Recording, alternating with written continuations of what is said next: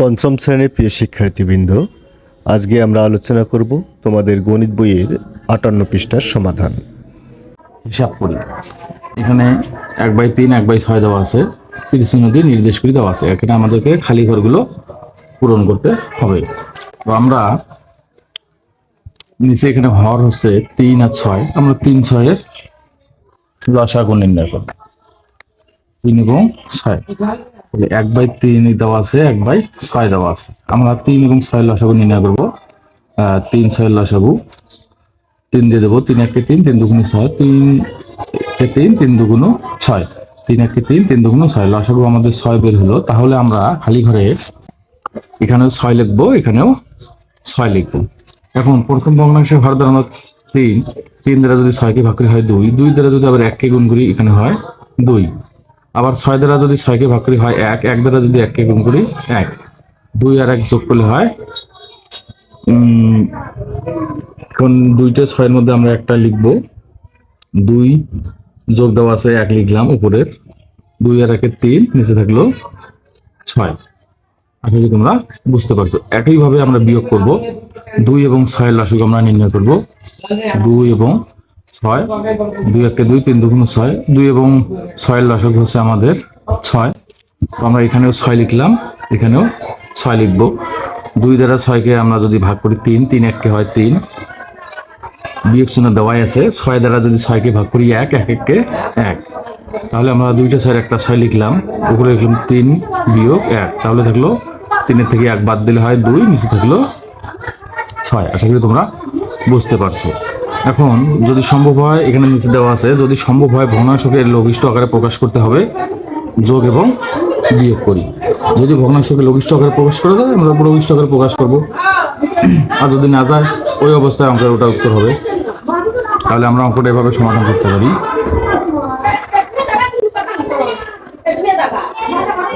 পৃষ্ঠা এটা হচ্ছে 58,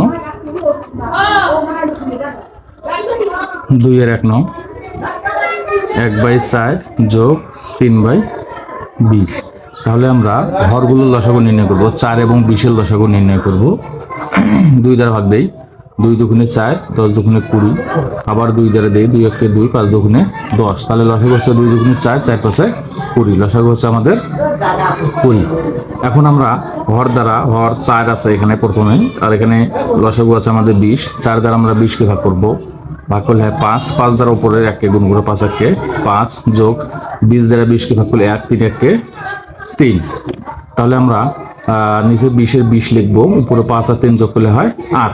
যেহেতু আমাদের এখানে একটা শর্ত দেওয়া আছে, যদি সম্ভব হয় তবে ভগ্নাংশকে লঘিষ্ঠ আকারে প্রকাশ করতে হবে। তাহলে আমরা যদি এখানে লঘিষ্ঠ আকারে প্রকাশ করা যায়, অবশ্যই আমরা লঘিষ্ঠ আকারে প্রকাশ করব। লঘিষ্ঠ আকারে প্রকাশ করলে লঘিষ্ঠ অত ছোট, এটা ভগ্নাংশকে আমরা ছোট বানিয়ে নেব। আমরা এমন একটা সংখ্যা নেব যে সংখ্যা দ্বারা উপরের টাকাও ভাগ যায়, নিচের টাকাও ভাগ যায়। সেই সংখ্যাটা আমাদের মনে মনে কল্পনা করতে হবে, অথবা তোমরা লিখেও প্রকাশ করতে পারো। যদি আমরা 4 দ্বারা ভাগ করি, 4 দুগুণে 8, 4 5 20, তাহলে উপরে থাকলো 2, নিচে থাকলো 5। তোমরা এই 2 লাইনের পরিবর্তে আবার এইটা লাইনে, এই 2 লাইনের পর অর্থাৎ এই লাইনটির পর তোমরা এই লাইনটি লিখতে পারো 8 ভাগ 4, 20 ভাগ 4, অর্থাৎ আমরা যেটা মনে মনে কল্পনা করেছি 4, সেই 4 দ্বারা উপরের সংখ্যাকেও ভাগ করেছি, নিচের সংখ্যাকেও ভাগ করেছি। 4 দ্বারা 8 কে ভাগ করলে হয় 2, 4 দ্বারা 20 কে ভাগ করলে হয় 5। এটা হচ্ছে লঘিষ্ঠ আকারে প্রকাশ। আশা করি তোমরা বুঝতে পারছো। এভাবে তোমরা 2 নং 3 নং সমাধান করতে পারো। তারপরও আমি 4 নং সমাধানটা একটু বুঝাই দিচ্ছি। 4 নং সমাধানে দেওয়া আছে 8/15 যোগ 3/10। এখানে আমরা 15 এবং 10 এর লসাগু নির্ণয় করব। 15 এবং 10 এর লসাগু, তাহলে আমরা এমন একটা সংখ্যা নেব যে সংখ্যা দ্বারা 2টাকে ভাগ যায়। 5 দ্বারা 3 5 15, 5 দুগুণে 10, তাহলে 3 দুগুণে 6, 5 6 30, লসাগু আমাদের হচ্ছে 30। এখন 15 দ্বারা যদি আমরা 30 কে ভাগ করি তাহলে হয় 2, 2 দ্বারা যদি 8 কে গুণ করি হয় 16, যোগ 10 দ্বারা যদি 30 কে ভাগ করি 3, 3 3 হচ্ছে 9, 16 আর 9 19 বাই হচ্ছে 30, সরি 16 আর 9 25, 25, 16 আর 9 25/30। তাহলে আমাদের লঘিষ্ঠ আকারে যদি প্রকাশ করি, এমন একটা সংখ্যা নেব যে সংখ্যা দ্বারা উপরেরটাকেও ভাগ যায়, নিচেরটাকেও ভাগ যায়। যদি আমরা 5 দ্বারা 25কে ভাগ করি 5, 30কে ভাগ করি 6, তাহলে উপরে থাকলো 5, নিচে থাকলো 6। এই লঘিষ্ঠ আকারটা আমরা এই লাইনটার পরে আমরা এই লাইনটাও লিখতে পারি যে 25/30 আমরা যে সংখ্যাটা দ্বারা মনে মনে ভাগ করেছি সেই সংখ্যাটা হচ্ছে 5। 5 দ্বারা আমরা এটাকেও ভাগ করলাম, এটাকেও ভাগ করলাম, তাহলে আমাদের বের হলো 5 দ্বারা 25কে যদি ভাগ করি 5, 5 দ্বারা যদি 30কে ভাগ করি 6। আশা করি তোমরা বুঝতে পারছো। একইভাবে আমরা বিয়োগ অঙ্কগুলো করব নিচে, যেটা 5 নং এ দেওয়া আছে 11/14 বিয়োগ 2/7। এখন আমরা 7 আর 14 লসাগু নির্ণয় করব। 7 আর 14 লসাগু নির্ণয় করে আমরা লসাগুটা নিচে লিখব। এখন 7 আর 14 লসাগু আমাদের নির্ণয় করি 14, 7 দ্বারা দিই 7 কে 7, 7 দুগুণে 14, অর্থাৎ 7 দুগুণ লসাগু হচ্ছে আমাদের 14। আমরা নিচে 14 লিখলাম। 14 দ্বারা 14কে ভাগ করলে 1, 1 দ্বারা 11কে গুণ করলে 11, বিয়োগ শূন্য দেবো। 7 দ্বারা 14কে ভাগ করলে 2, 2 দ্বারা 2কে গুণ করলে হয় 4। তাহলে আমরা 11 থেকে যদি আমরা 4 বিয়োগ করি তাহলে অবশিষ্ট থাকে 7, নিচে থাকে হলো 14। আমরা এমন একটা সংখ্যা নেবো যে সংখ্যাটার উপরের টাকেও ভাগ যাবে, নিচের টাকেও ভাগ যাবে। 7 1 7, 7 দুগুণে 14, অর্থাৎ 1/2 বের হলো। এই লাইনটার পরের লাইন আমরা এভাবেও করতে পারি, 7/14 ভাগ দিয়ে লিখলাম 7, এটা তো ভাগ দিয়ে লিখলাম 7 সমান 7 দ্বারা 7কে যদি ভাগ করি 1, 7 দ্বারা যদি 14কে ভাগ করি 2। এভাবেও তোমরা সমস্যাটি সমাধান করতে পারো। এবার আমি অনুরূপ 6 নম্বর সমাধানটি একই, তারপর আমি 7 নম্বর সমাধানটি করে দিচ্ছি বোঝার সুবিধার্থে।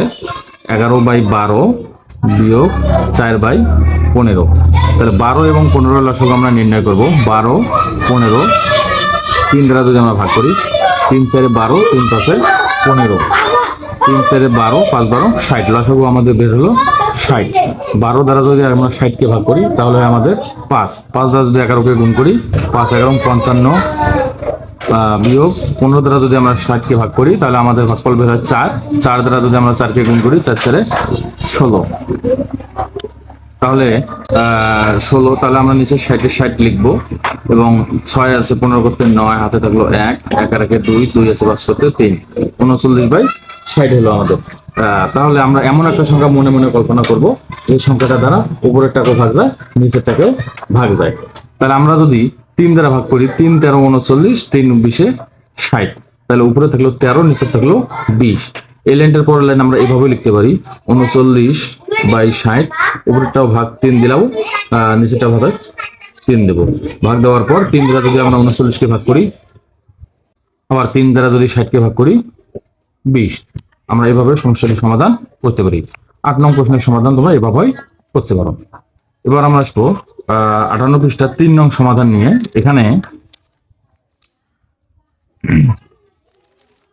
এখানে দেওয়া আছে 3 প্রথম যোগফলটা দেওয়া আছে, হিসাব করে দেওয়া আছে 1/6 যোগ 1/3 যোগ 1/4। এখানে হর হচ্ছে 3 4 6, এই তিনটা আমরা লসাগু নির্ণয় করবো। 2 দ্বারা ভাগ করি, 3 এর 3, 2 দুগুণে 4, 3 দুগুণে 6। এবার যদি আমরা 3 দ্বারা দেই, 3 1 3, 2 এর 2, 3 1 3, তাহলে 3 দুগুণে 6, 6 দুগুণে 12, আমাদের লসাগু বের হচ্ছে 12। তাহলে প্রশ্নের ফাঁকা করে আমরা হরগুলোয় 12 লিখলাম। তাহলে 6 দ্বারা যদি আমরা 12কে ভাগ করি তাহলে অবশিষ্ট ভাগফল বের হয় আমাদের 2, 2 1 আমাদের হয় 2, যোগ 3 দ্বারা 12কে ভাগ করলে 4, 4 1 4, যোগ 4 দ্বারা 12কে ভাগ করলে 3, 3 1 3। তাহলে আমরা একটা 12 একটা 12 লিখলাম, 3টে 12-র মধ্যে একটা 12 লিখলাম। উপরের সংখ্যাগুলো 2 যোগ 4 যোগ হচ্ছে 3। তাহলে যোগফল নির্ণয় করবো উপরের 4 এর 3 7 আর 2 9, নিচে 12 12। আশা করি তোমরা বুঝতে পারছো। এখন আমরা বিয়োগের ক্ষেত্রে নির্ণয় করব। 2 নং এর দেওয়া আছে 1 বিয়োগ 1/2 বিয়োগ 1/4।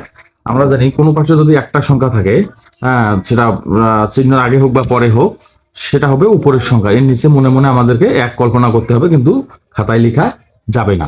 আমরা তাহলে 1 2 4 এর লসাগু নির্ণয় করবো। প্রয়োজন 1 এর লসাগু নির্ণয় করার প্রয়োজন হয় না। 2 এবং 4 এর লসাগু আমরা নির্ণয় করব। 2 1 2, 2 দুগুণে 4, তাহলে আমাদের লসাগু 2 দুগুণে 4 বের হলো। তাহলে আমরা খালি ঘরের নিচের অংশে 4 4 4 লিখতে পারি। তাহলে এর নিচে যে আমরা মনে মনে 1 কল্পনা করেছি, সেই 1 দ্বারা 4কে ভাগ করলে হয় 4, 4 দ্বারা উপরের 1কে গুণ করলে হয় 4। বিয়োগের বিয়োগ চিহ্ন দেওয়া আছে, 2 দ্বারা যদি আমরা 4কে ভাগ করি কত হয় 2, 2 1 2। তারপর আছে বিয়োগ চার দ্বারা যদি 4কে ভাগ করি থাকে হলো ভাগফল বের হয় হলো 1। 1 দ্বারা যদি আমরা 1 গুণ করি তাহলে ভাগফল বের হয় গুণফল বের হয় 1। তাহলে আমরা 3টে 4-এর মধ্যে একটা 4 লিখলাম। এবার আমরা উপরে যদি বিয়োগ করা যায় বিয়োগ করব, যোগ করা গেলে যোগ করব, যে পদ্ধতিতে করা যায় আমরা সেই পদ্ধতি অবলম্বন করব। তাহলে এখানে দেখা যাচ্ছে এখানে 4 দেওয়া আছে, 4টা আমরা লিখলাম কারণ 4টা যোগ সংখ্যা, কিন্তু এখানে 2 এর সামনেও বিয়োগ চিহ্ন আছে, 1 এর সামনেও বিয়োগ চিহ্ন আছে। তাহলে যদি আমরা বিয়োগগুলো আলাদা করে বোঝার সুবিধার্থে লিখি, আমি 4/4 বিয়োগ 2/4 বিয়োগ 1/4, তাহলে লসাগু আমাদের যদি 4 থাকে তাহলে 4 বিয়োগ 2 বিয়োগ 1 আমরা এইভাবে লিখবো। 4 বিয়োগ 2 বিয়োগ 1 লিখলাম। আমরা এটা ফাঁকা ঘরটা এইভাবে আমরা পূরণ করলাম। পূরণ করার পর আমরা নিচে 4-এর 4 উপরে 4 ঠিক থাকলো, বিয়োগ চিহ্ন যদি আমরা কমন নিই তাহলে 2, এই বিয়োগে আমাদের যোগ হয় যোগ 1, তাহলে থাকে আমাদের 4 বিয়োগ 2 আর 1 যোগ করলে হয় 3, ওর নিচে থাকে 4। তাহলে 4 থেকে যদি আমরা 3 বিয়োগ করি 1, নিচে থাকলো 4, তাহলে আমরা লিখবো হলো 1/4। তাহলে আমরা এটা নিচে লিখবো, প্রথম লবে লিখবো 1, নিচে লিখবো আমরা 4। আশা করি তোমরা বুঝতে পারছো। এখানে 4 নম্বর অঙ্ক দেওয়া আছে 7/5 মিটার ও 4/5 মিটার দৈর্ঘ্যের 2টি ফিতা একত্রে কত মিটার। একত্রে মোট একসাথে এই জাতীয় কথা উল্লেখ থাকলে আমরা যোগফল নির্ণয় করব। এখন আমরা যদি এটা যোগ করি, এখানে একটা গাণিতিক বাক্যে দেওয়াই আছে, গাণিতিক বাক্য 7/5 যোগ 4/5, এটা আমাদের গাণিতিক বাক্য। এখানে আমরা নির্ণয় করবো 5 এবং 5-এর লসাগু আমাদের 5, তাহলে উপরটা আমাদের ঠিক থাকে 7 যোগ 4, তাহলে 7 আর 4 হলো 11, 11/5। আমরা 5 দ্বারা যদি 11কে ভাগ করি 5 দুগুণে 10, অবশিষ্ট থাকে 1, এই 1 যায় উপরে, এই 5 আসে নিচে, যেহেতু নিচের 5টা দেওয়া আছে 2টা আমাদের ভাগফল এখানে বের হয়েছে, অবশিষ্ট 1 থাকলো, এটা উপরে গেল। আমরা এইভাবে এই সমস্যাটি সমাধান করতে পারি। আশা করি তোমরা বুঝতে পারছো। 3 নং প্রশ্নের সমাধান ও 2 নং প্রশ্নের সমাধান আমাদের একই পদ্ধতিতে করতে হবে। হিসাব করি, এখানে যেহেতু ভগ্নাংশের হর সমান দেওয়া আছে, যেমন প্রথম ভগ্নাংশ দেওয়া আছে 6/5 যোগ 8/5। এখানে যেহেতু হরগুলো সমান দেওয়া আছে 5, তার উপরে আমরা সরাসরি যোগ করে নিতে পারি। 8 6 14, 14 আমাদের বের হবে 5। এখন যদি আমাদের এটা ভাগ করা যায় বা লঘিষ্ঠ আকারে প্রকাশ করা যায়, আমরা অবশ্যই প্রকাশ করব। 5 দ্বারা যদি আমরা 14কে ভাগ করি 5 দুগুণে 10, অবশিষ্ট থাকলো 4, এই 4 যায় উপরে, এই 5 আসে নিচে, তাহলে আমরা লিখতে পারি 2 সমস্ত 4/5। এভাবে আমরা বাকি সমস্যাগুলো সমাধান করতে পারি। তারপর আমি একটা বিয়োগ দেখে দিচ্ছি 3 নম্বরে, এটা ছিল 1 নম্বর, 9/7 বিয়োগ 6/7। এখানে যেহেতু 7 7-এর লসাগু 7, 9 বিয়োগ 6 উপরে লিখতে পারি, তাহলে 9 থেকে 6 বিয়োগ করলে আমাদের থাকে 3, নিচে থাকলো 7। যেহেতু এটা ভাগ করা যায় না বা লঘিষ্ঠ আকারে বা কাটাকাটি কোনোটি করা যায় না, শুধু এটাই আমাদের উত্তর। আশা করি তোমরা বুঝতে পারছো।